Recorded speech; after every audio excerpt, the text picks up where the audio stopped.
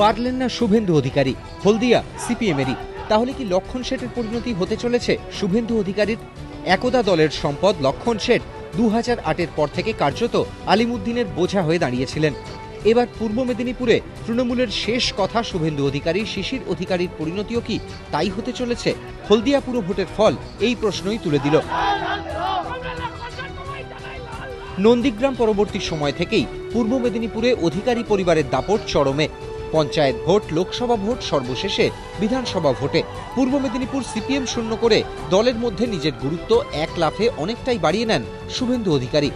কিন্তু তার এই আধিপত্য খোদ তৃণমূলের একাংশের মধ্যেও ক্ষোভ তৈরি করতে শুরু করে। পুরো ভোটের মুখেই প্রার্থী নির্বাচন নিয়ে শুভেন্দু অধিকারীর বিরুদ্ধে ক্ষোভ উগরে দেন হলদিয়া তৃণমূল বিধায়ক শিউলি সাহা। একদা লক্ষণ শেঠের বিরুদ্ধে হামলা সন্ত্রাসের আবহ তৈরির যে অভিযোগ উঠত, তাই উঠতে শুরু করে শাসক শুভেন্দুর বিরুদ্ধে। পুরো ভোটের পর শুভেন্দু নিজে দাবি করেছিলেন হলদিয়া পুরসভা জিতে পরিবর্তনের বৃত্ত সম্পূর্ণ হবে, কিন্তু হলো না। 26 আসনের হলদিয়া পুরসভায় 15টি আসন জিতে ক্ষমতা ধরে রাখল সিপিএম। তৃণমূল পেল 11টি আসন। তাৎপর্যপূর্ণ বিষয় হল 2011-র বিধানসভা নির্বাচনে এর ঠিক উল্টোটা হয়েছিল। তবে হলদিয়া পুরসভা জয়ের স্বপ্ন আপাতত অধরা থেকে গেলেও একে বিপর্যয় বা ব্যক্তিগত ব্যর্থতা বলে মনে করতে নারাজ শুভেন্দু অধিকারী। পাশাপাশি তার দাবি, ভোট কেটে সিপিএম এর সুবিধে করে দিয়েছে কংগ্রেস। বামফ্রন্টের সঙ্গে আমাদের ভোটের তফাৎ হচ্ছে 749 এবং কংগ্রেস 17টা ওয়ার্ডে প্রার্থী দিয়ে 1,500 মতো ভোট কেটেছে। 2011-তে কংগ্রেস আমাদের সঙ্গে ছিল।